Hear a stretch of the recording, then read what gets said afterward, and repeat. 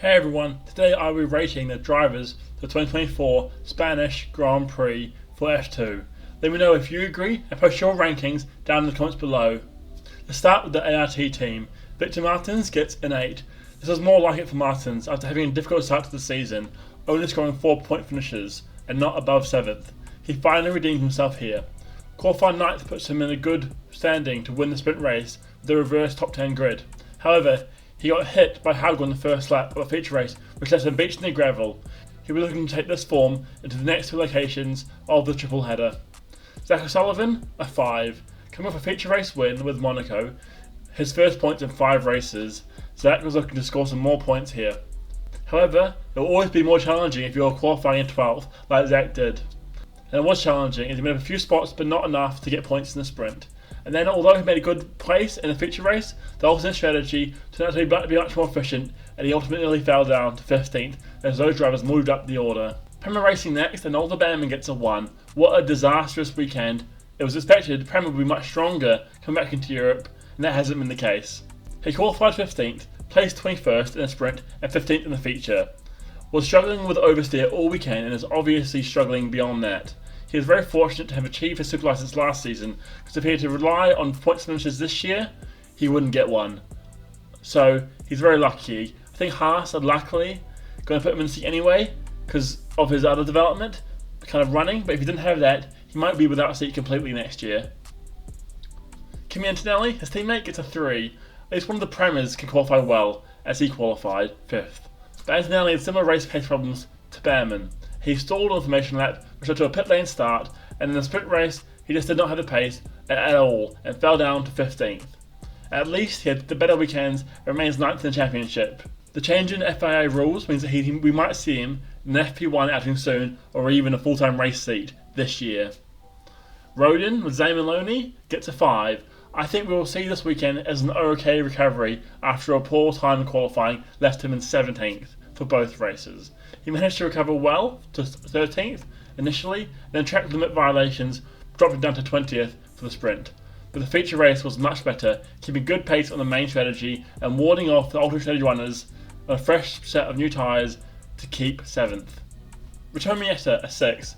The rate this season has gone, Miyata will see this weekend as a win, after qualifying well in 6th. It's his best for a while. He did slip down the order in both races due to penalties or going off track, getting 2 points for a 7th place finish, but he still needs to learn to show he can consistently put his pace. He's shown in qualifying throughout the weekend while keeping on track. I mean, he did finish in 2nd in the sprint race on track, but fell down the order, so he needs to keep it on track and also quick. So maybe we're seeing more of the old Miyata, the Miyata that won Super Formula, but who knows. Dams, Jack Crawford, he gets a 9. One of the big surprises this weekend was Crawford. He managed to put a stonking time in to sit on the front row of the feature race and make sure to stay within track limits to go from 7th to 4th in the sprint. A mature drive, and then another one in the feature race, as he kept it neat and undercut Aron, which resulted in Aron pushing too much and going off track. And also, he remained calm as well when Correa came back through the pack on those soft tyres on the alternate strategy, and he kept a cool head, kept good pace, and won the race. Well done. His teammate, also another great weekend, getting 7 points in my rating. He qualified 8th, which is solid work, and remained on track in 3rd for the sprint, but did drop off the podium to 8th following penalties of going off track. That's a key theme in the feature race and the sprint race. His alternate strategy in the feature race paid off massively, as he was quick and didn't even need a safety car to come out in a good position to kind of charge back through the pack on new soft tyres and get up to 3rd. He redeemed a podium, and that's very impressive, so well done, Correa. Invicta, Kushminer gets 7. After qualifying 10th and starting on pole for the sprint, he let himself down by having a poor getaway and dropping to 4th. But that was the only thing wrong with this race on Saturday. He managed to overtake one of the drivers on track, while another fell behind following the penalties in the sprint race, leaving Miney with the 2nd. The feature race was solid, making the main strategy work, then defending honourably to his teammate who got a penalty for crashing into him. 6th is a mighty fine result. His teammate, Gabriel Bortoleto, the perpetrator, 5. He would have been expecting a better weekend following a 4th in qualifying on Friday. For the sprint race, he used too much tyres and fell down the pack early. His woes were only further exacerbated as he got penalty to penalty and dropped down to 8th. He showed his age in a bad way during the feature race as he taking the old strategy and making it work, going back up to 6th, but then fell down all the way to 10th after getting penalty for a collision. MP Motorsport has Dennis Hauger getting a 3. Hauger is either hit or miss each weekend, and this weekend it was a miss. 13th in qualifying, leading to a 12th in the sprint. Then he was the perpetrator in the feature race first lap incident, taking him out of the race as well as a couple of other drivers, and he got beached in the gravel. Since he's been in F2, it's felt like he's either on the verge of being a great driver, but he's still yet to get there. I think that he'll be there forever, so I feel a bit bad for Hauger. He's on the verge of being great. His teammate though, Franco Colapinto, he gets 8 points. Second in the line for Antoine Hubert Award for Best Rookie this season. Third in qualifying, cementing that. He still showed he's a rookie, getting a ton of track limit violations in the sprint race, dropping him down to 18th. But he showed great raw potential in the feature as he remained calm to get second. Good race for Colapinto, and we're looking to cement himself this year and then build on that to put on a title charge next season, as he might be one of the favourites depending on who drops out of the series.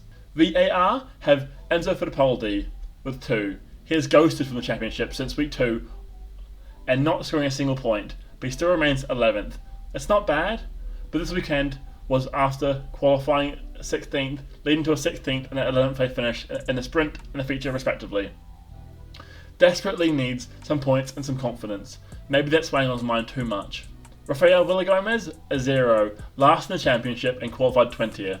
Made up some spots in both races to get 17th in the sprint and 6th in the feature, but with how F2 works, that's still unimpressive. Not a great rookie year, as other rookies shine massively. Hitech, with Amaury Cadiel, a 5. Although he started in 18th for both races, he managed to make also the alternate strategy work in the feature, getting up to 8th and getting 4 points for his effort. Didn't do too much in the sprint, so an okay drive, with the feature race redeeming what could have been a 0 rating weekend. Paul Aron gets a 9. Like always, it's a cracking weekend for Aron, which is becoming the norm, who even though he got pole, still managed to crack a podium in the sprint. Then showed an uncharacteristic lapse of judgment and concentration in the feature race as he went off. But he still cracked a 4th place, which is ultimately enough to push him up the championship further and puts him around, I think, 10 points above Hadjar in the championship, something like that. So very, very good as he leads into the last half of the season. It could have been 2 podiums, but still a great weekend. Campos with Isaac Hadjar, an 8. Hadjar only let 7 points slip to the championship leader this weekend in a race where he qualified 11th. That's impressive.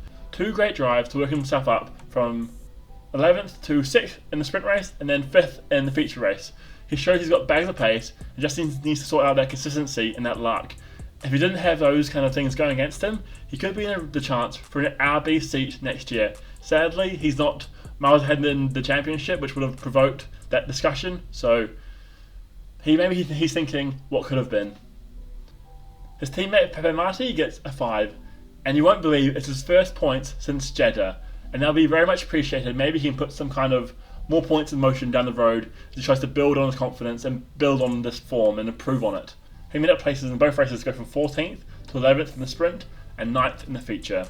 Red Bull won't be too impressed with the whole season, but he showed that in Jeddah and in Bahrain he can put pace in and he can win races and he can do well. So he needs to kind of find that form, because it's weird to see a rookie do so well in the first race then suck the rest of the season.